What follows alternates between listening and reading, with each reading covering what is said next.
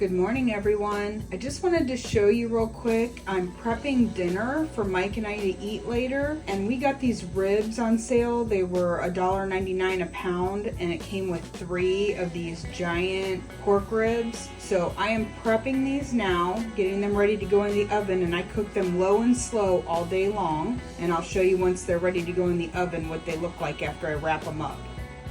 Okay, so here we have it. It ends up being about 3.5 pounds of meat, and I have them double wrapped in foil and with all my spices, garlic, salt, Redmond smoked salt, some butter, and these will cook all day long while we're working.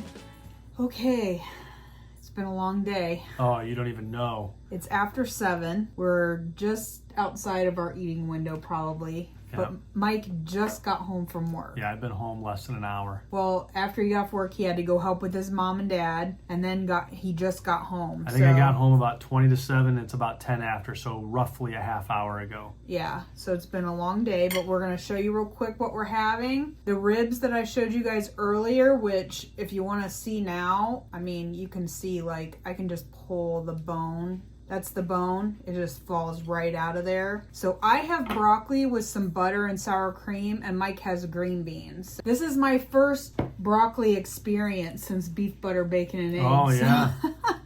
So we're going to see how that goes. Almost a whole month later, so they 2 months without broccoli. Yeah. I was really nervous about introducing it back in because prior to beef, butter, bacon, and eggs, sometimes I would get like the bloatedness and stuff from broccoli. I love it, but it doesn't always agree with me. And now I'm like, I wanted to kind of wait until my body got used to some vegetables first. We shall see. Yeah. So what did you do for lunch today? Well, today was the last day of the month at work. Well, it's the last day of work, last day of the month everywhere, I guess. But for us, it's really busy on the last day of the month. So it was a non-stop day from start to finish. So had I had a laid out lunch with, all kind of leftovers and stuff like that, it would have been tough to eat. But because you made me a keto shake, I was able to just drink and eat and go and work, and that's what I had. I don't even know what flavor it was. It was chocolate peanut butter. Yeah, I knew there was chocolate in it, but I wasn't sure, and We should probably just plan to do a keto shake on the last day of the month every month, right? Because you are clearly not going to have time to eat. I would like to have keto shake like once a week at least, but anyway, no, it was fantastic. I had that, and I had some baggy bacon, and that was my lunch. Short and sweet, but it was very good, and it was just enough to keep me going because that was a long day. And I know I've mentioned this before, but I'm just going to mention it real quick. I am an affiliate with KetOH-IO, so if you're interested, you can use my link down below and you'll get 10% off, and that does help our channel out. KetOH-IO is amazing. I do have a preemie in the freezer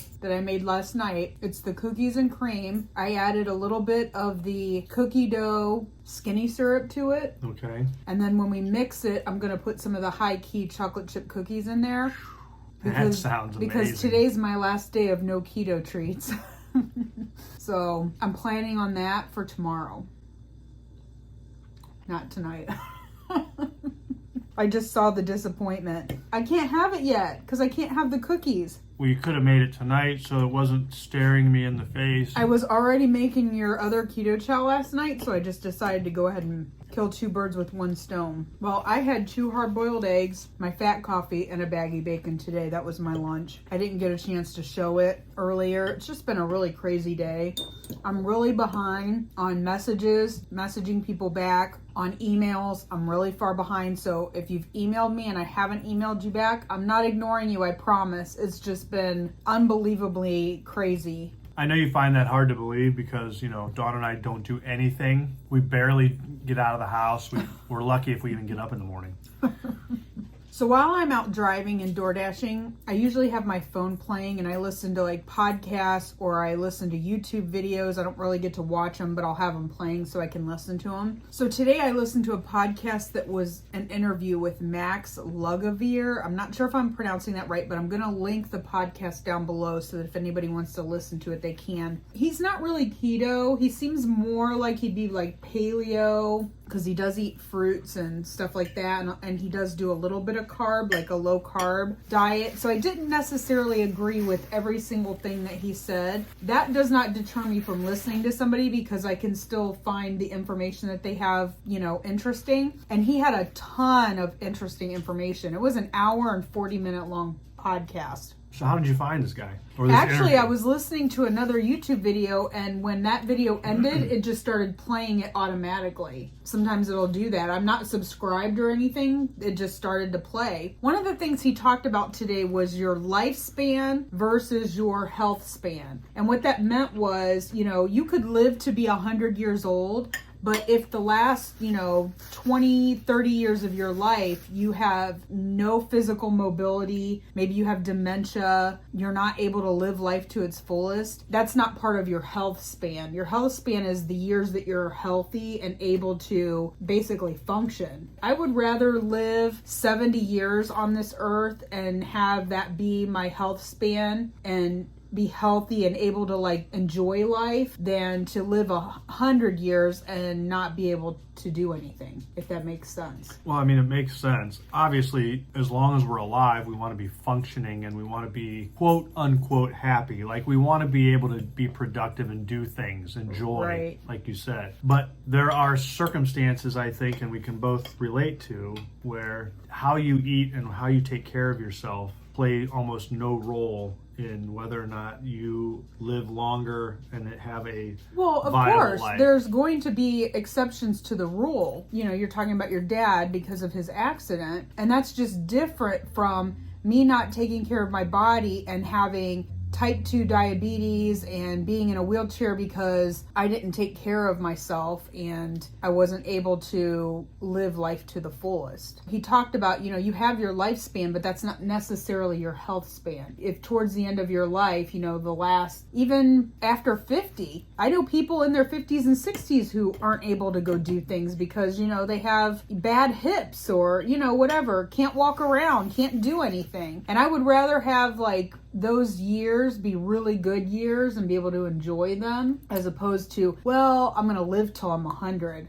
That's not that important to me. How long I live isn't as important to me as how well I live. Yeah, and that makes sense, and I agree with you on that. I certainly wouldn't take the other side of that, but we both know, and I think everybody knows, that you're more than likely to reach a point in your lifespan where your health span is no longer viable. I'm not trying to sound, all technical, but let's face it, you or I could live to be 90, and the last 15 years of our life could be just miserable. So does that mean that because of that, even though we did everything we could do to try to live healthy, eat healthy, stay active, even if that happens and we are not as viable as you would like to be, does that mean you can't still have a happy life and be, I guess what I'm saying is... I'm just aiming for the best health span I can. Sure, no, and I agree. I agree. That's kind of what I was thinking about. But you brought up a good point by bringing that topic up, and that is that we could reach a point where even though we've done everything we can to be healthy so that we can have more active, more vibrant lives as we get older, that's not a guarantee that when we hit 70, 75, 80, that we're going to be able to do that. And are you then going to just say,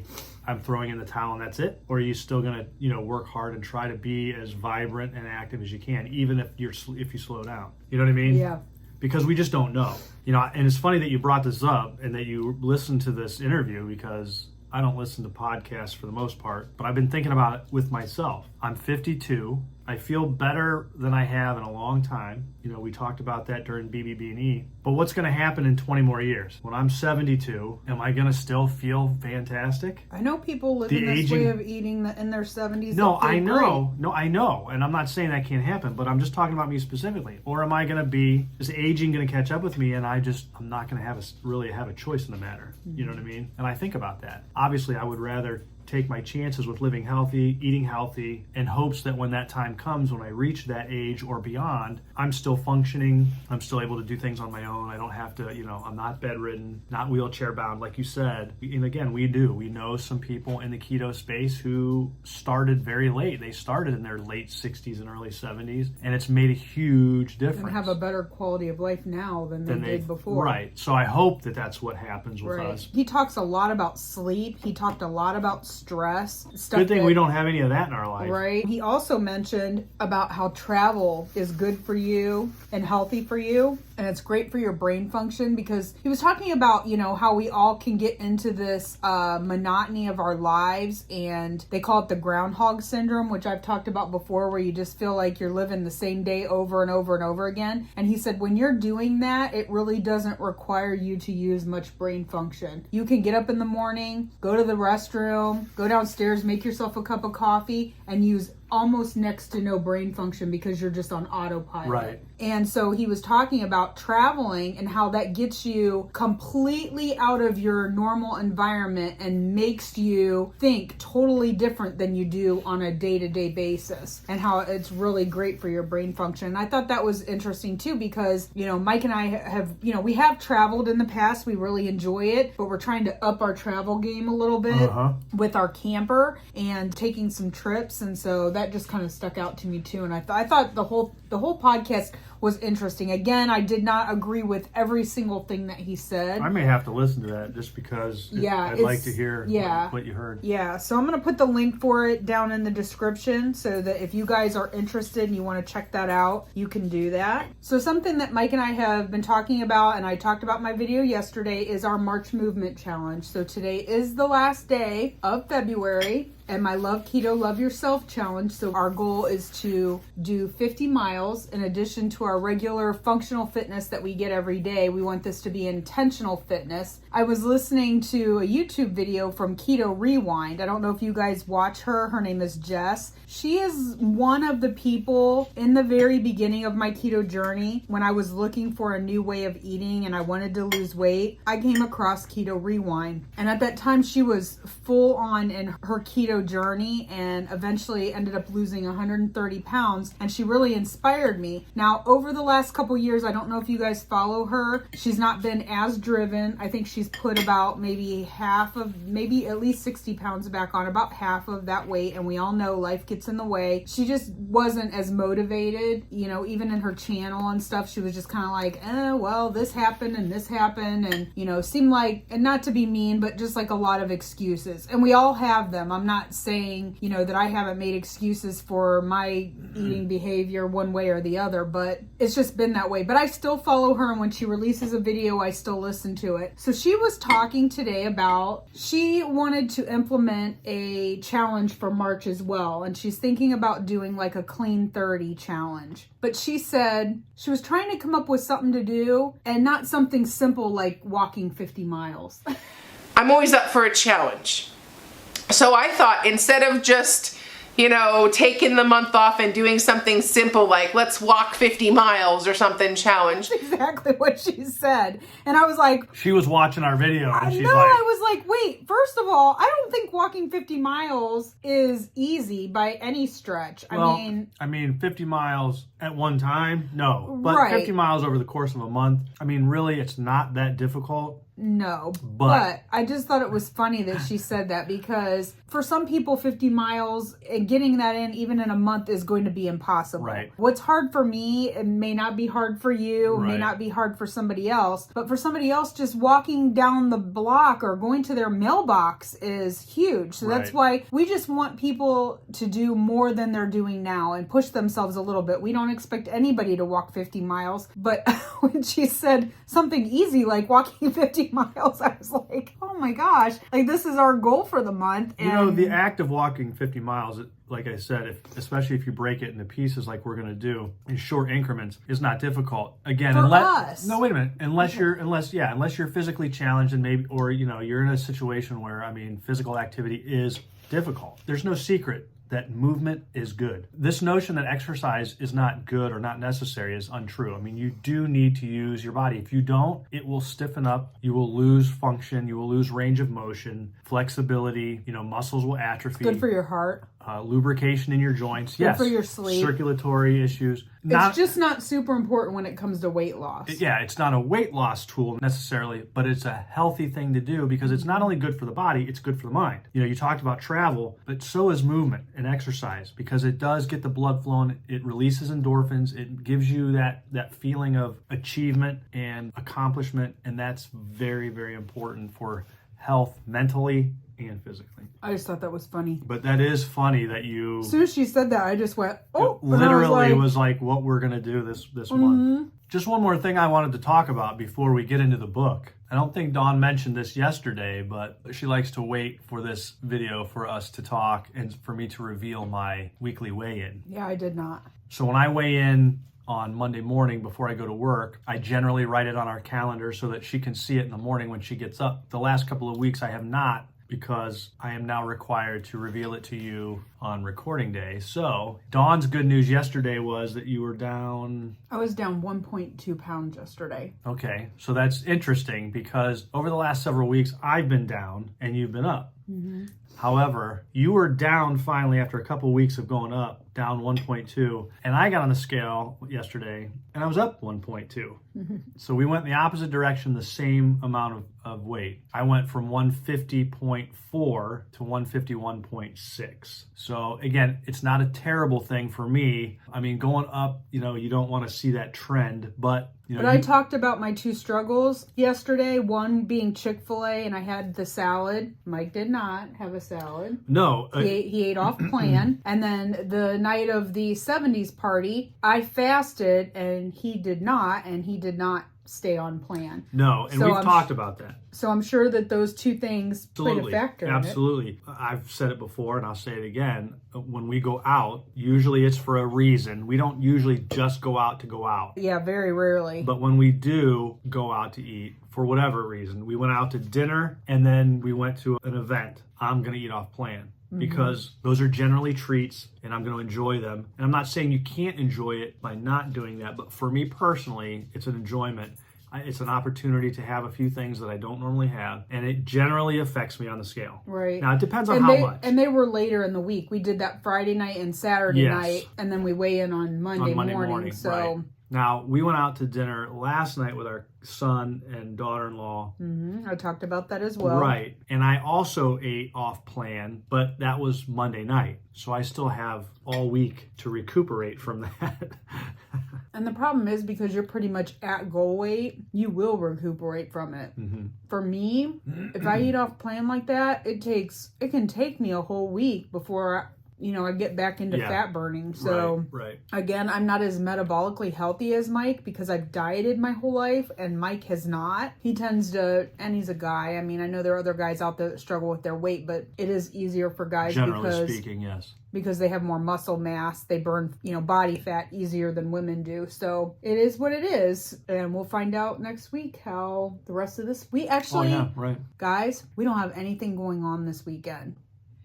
Like, we have no plans to go anywhere. It's only Tuesday. I know, but I know things can change, but we don't have anything planned. And I'm usually a planner. Like, I'm not a spur of the moment person. Usually if we're going to do something, it's planned in advance. But we do have projects that need done, and I have a lot of work that needs done. Right. Hopefully this will be a good weekend to get a lot of that done and get caught up on some stuff that we wanted to do. But that also means that we should be eating on plan, and we should be at home eating good. On plan. Right. Yeah. No, that's the way I think of it too. So the summer's coming, and we're going to have a lot of stuff going on, and there's going to be a lot of opportunity for off-plan meals, and I mean, we'll have to handle it. There's already a lot on the calendar for the month of March, so we'll take advantage of it when we have it, and we're gonna be here.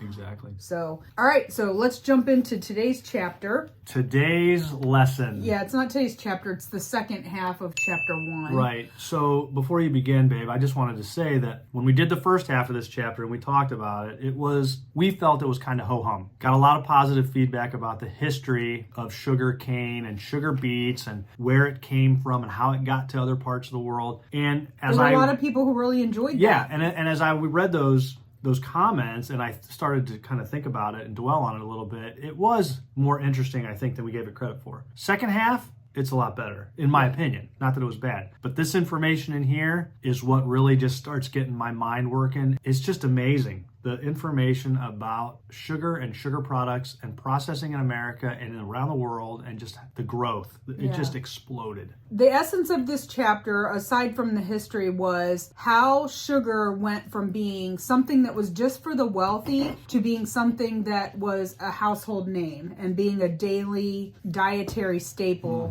in our homes. We talked in our last video about the first thing that contributed to that was the fact that they came up with beet sugar and we were able to grow it here in the US. And so this second half of the chapter talks about the second factor in transforming sugar into a household name, and that is the Industrial Revolution, basically technology. Oh my gosh. So I remember in history class learning about the Industrial Revolution and all the things that it brought about. And of course, we didn't spend any time on specifics. This is a specific area where industry and technology and the Industrial Revolution really affected it. Unbelievable. First, we figured out how to grow the stuff here, to get it here and then grow it here. And then we figured out how to mass produce it and transport it everywhere. Yeah. So it says here, the Industrial Revolution, inaugurated by Watt's steam engine in 1765, transformed sugar production and refining just as it did virtually every other existing industry in the 19th century. By the 1920s, sugar refineries were producing as much sugar in a single day, which was millions of pounds, as would have taken refineries in 1820s an entire decade to produce.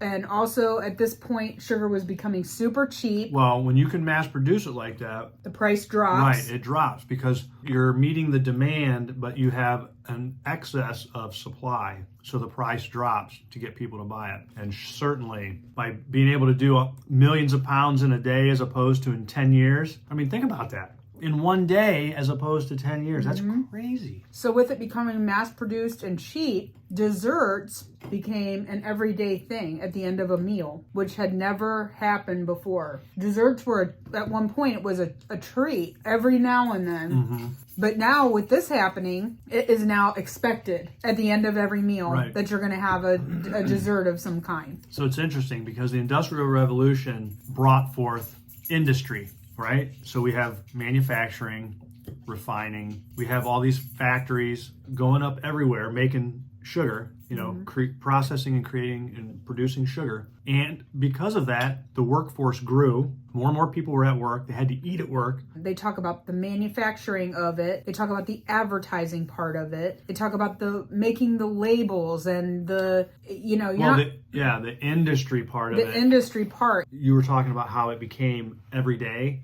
Because of the workforce, the work day, the shifts, lunches, breaks, and all of a sudden, those sugar items, those sugary products that were available all the time and were inexpensive became a part of a daily routine. They were quick and easy and prepackaged. Yep, and you could eat them on the go. Basically, you could go to take your break at work, eat a Twinkie, and you're done. I mean, that's the way it is today. It started back then. Yeah, it says that boosted the use of nicotine, caffeine, sugar, cigarettes, coffee, tea, sweetened biscuits, or candy because they were all purchased inexpensively. They were easy to transport. You could throw them in your lunchbox and have them as a snack while you were at work. So, and just real quick, one other thing that I found interesting in here was they were talking about flour milling. Flour at one time literally it didn't really add any flavor to anything. As a matter of fact, he even says that even the yeast bugs saw little benefit from eating it because it just had no flavor. Well, sugar was added by the bakers to make the yeast rise and to make it rise faster. It makes the flour more palatable. And throughout the decades of the 20th century, the sugar content in bread has rose steadily. In the US, sugar is 10%. People who say that, oh, I'm not eating sugar, but they're still eating bread. Right. Like, you are eating a lot of sugar. I mean, you don't realize how much sugar is in there. We've talked about it. It's in everything. And you're seeing it now as we study the history of it, how it's going from being a luxury item to an everyday staple. It's in everything. That we call sugar a staple is crazy, but yeah, it's in everything. So then he just kind of does a little bit of a history on different kinds of sugared items. He talks about candy. He talks about chocolate. So this is where the history of sugar really gets interesting for me, because now we're talking about specific items. Yeah. Things that we still eat today that were created back in the late 1800s, early 1900s, and how they marketed it. And like Dawn mentioned a few minutes ago, the fact that this whole industry, the sugar industry, how it exploded and how it affects so many different facets of manufacturing will, if you haven't read the book or if you're not actually following along in the book, blow your mind. So he talks about candy, chocolate, ice cream. I didn't even realize this, that ice cream came about from, what was the guy's name? Jacob Fussell. He was a milk dealer and he found himself with an oversupply of cream and no customers to buy it. So he took the cream, he added sugar and froze it into ice cream, and then he was selling it 25 cents a quart and couldn't keep it in stock. So he couldn't sell the cream at all by itself. No, but he sweetened it up, froze it. Now, I'm sure he tinkered with it a little bit, right? They're not going to give you all the details. It was the summertime, okay? So it's cold, and people loved it. They tried it, and they loved it, and he created a monster, a cash cow, and I mean, look where we are today with ice cream. It's ridiculous. And I mean, ice cream is one of my favorite I love desserts. ice cream. Ice cream is my so top good. 2 desserts that are really hard for me to not have, and I'm super blessed that both of these things can be done keto fairly easily, is ice cream and cheesecake. Those are my 2 all-time favorite desserts, and both can be keto-fied pretty easily. So I'm pretty lucky there. The next category is soft drinks. Now that's an area that I can relate to. Right. That's Mike's expertise there, because not only did he work for Coca-Cola for 16 years, but we've talked about it before. That's his weakness. That's one of my weaknesses, yes. Ice cream is another.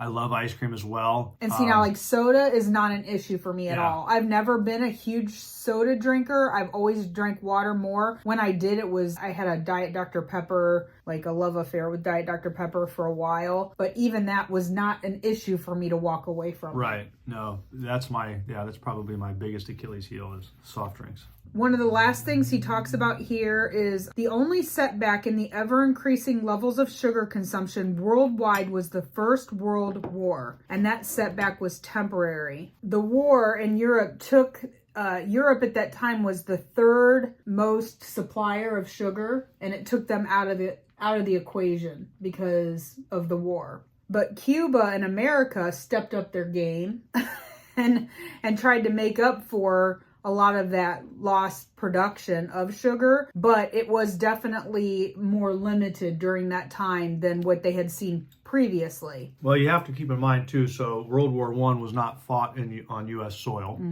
So we had little interruption when it came to production. As you read through these different sections, the chocolate and the soft drinks and the ice cream, it was good old American ingenuity, creativity, marketing, and the drive. I mean, a lot of the things that we do today, because of people had an idea and they ran with it, they struck gold. Even the advertising for Coca-Cola.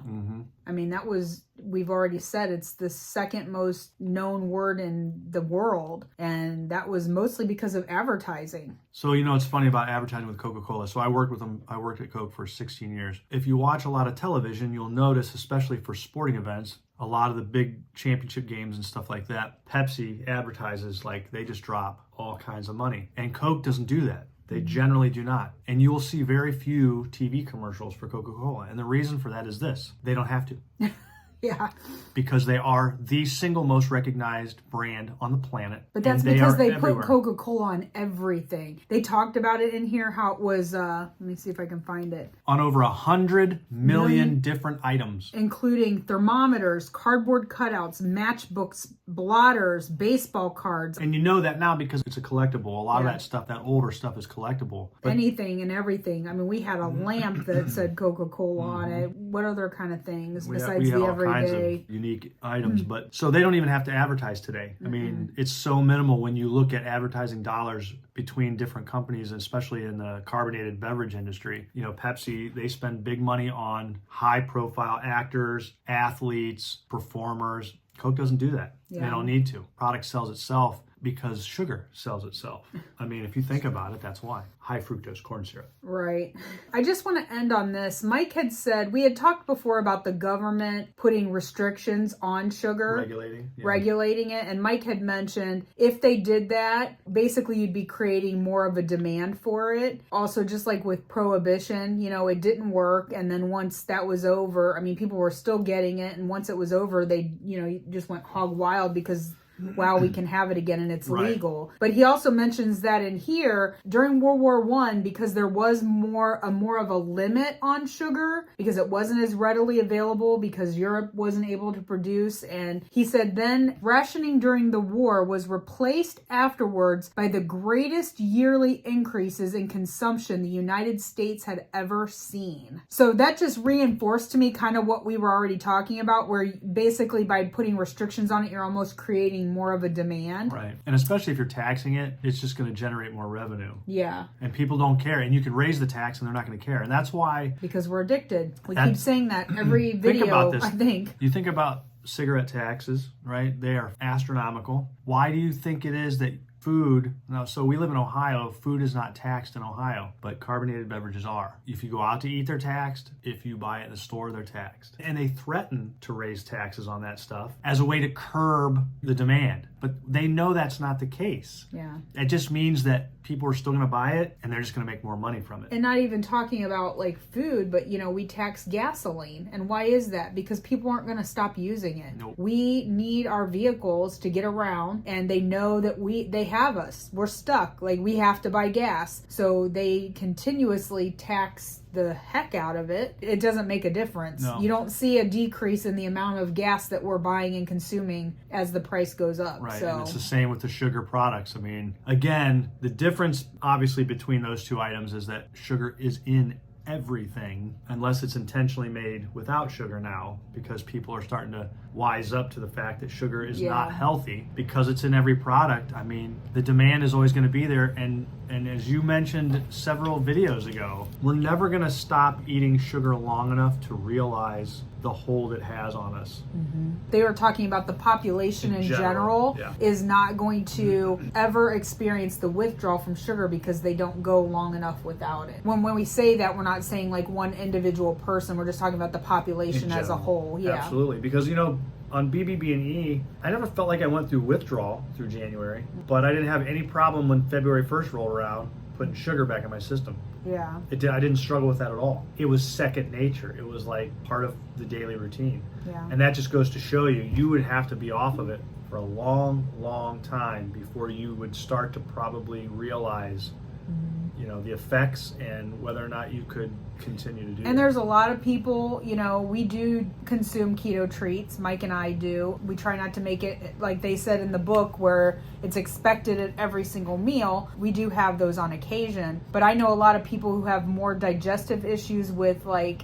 sugar replacements than they do with just regular sugar. That becomes an issue for some people. They either have to not do any sweetener at all, or they have to do the actual sugar, itself. So Mike and I haven't really noticed or found an issue that we have with the keto sweeteners. I haven't really noticed. No. I know a lot of people do have like digestive issues, but I don't know. I haven't had any sweet treats in 2 months, so. But guess what we're having tomorrow? But the keto chow itself, I have had, and I don't have an issue with the keto chow, and the mix-ins of the cookies will be very minimal at best, because you don't put like a ton in there. Well, I mean, for you. Oh. So before we wrap things up this evening, I just want to give a little teaser. Chapter 3, if you don't have the book, this will be more of a teaser. If you do, you probably already know because you're like me and you look ahead. But, you know, we talked a little bit about tobacco, not only tonight, but we have in the past in regards to sugar. And chapter 3 is going to go into that a little more deeply, a little more detailed. And I was shocked by that because we talked about this, that we don't know anything about tobacco, and I didn't even know there was sugar in tobacco. Right. So chapter 3 talks about the marriage between sugar and tobacco, and that is going to be interesting because that again is something that I never in a million years would have guessed. Yeah. Of all the products that have sugar in it, that's the one thing I would have never thought of. So that's it for tonight, guys. That's chapter 2 I don't know if, I think I said chapter 1 earlier. I'm sorry, we're in chapter 2. We just finished chapter 2. Yeah, we just finished chapter 2, so that's a wrap. And we will see you guys for at least the first part of chapter 3. We haven't looked ahead to see if we're going to divide it up or how long the chapter is, but we'll see you for at least the first part of chapter 3 on Thursday. Have a great night. Have a good evening.